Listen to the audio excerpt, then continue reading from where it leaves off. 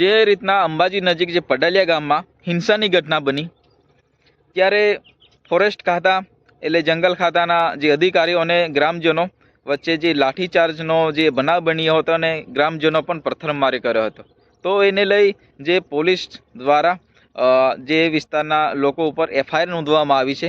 તો એને લઈ ચેતર વસાવા મેદાને ઉતર્યા છે અને ચેતર વસાવા જણાવી રહ્યા છે કે ભાઈ તમે ખોટી રીતના કેસ કર્યો છે, એ કેસ તમે પાછા ખેંચો.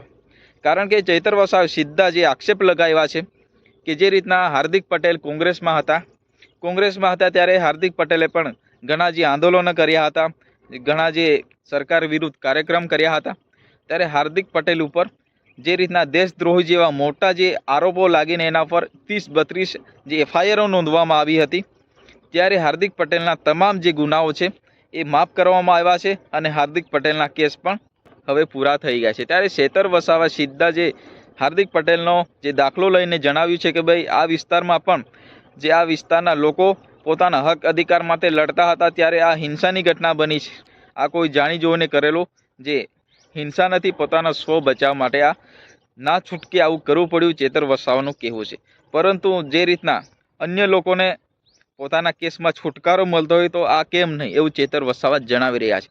તો મિત્રો, ચેતર વસાવાનું જે નિવેદન આવ્યું છે એ પહેલા આપણે સાંભળી લઈએ.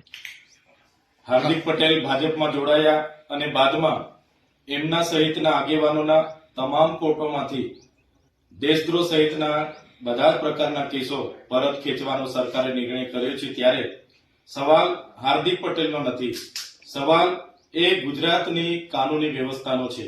ત્યારે અમે સરકાર પર માંગણી કરીએ છીએ, હાલમાં અંબાજી નજીક પાડલિયા ગામમાં જે આદિવાસીઓ પર ખોટો કેસ કરવામાં આવ્યો છે એ કેસ પરત લેવામાં આવે.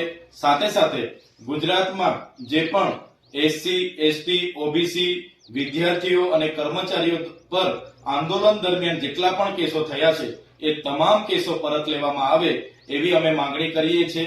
અને આવનારા દિવસોમાં અમે સરકારશ્રીને આ બાબતને લઈને મળવા પણ જવાના છે. હા મિત્રો, તમારે આ ઘટના વિડીયો વિશે તમારે શું કહેવું છે કોમેન્ટ બોક્સમાં જરૂર જણાવવાનું છે, તાકી આવનારા વિડીયો હજુ આપણે નવી અપડેટો આપણા જે ચેનલ પર આવતા રહે. તો આજના વિડીયોમાં બસ આટલું જ. ફરી મળીશું તરત બીજા વિડીયો સાથે. ત્યાં સુધી જય હિન્દ, વંદે માતરમ.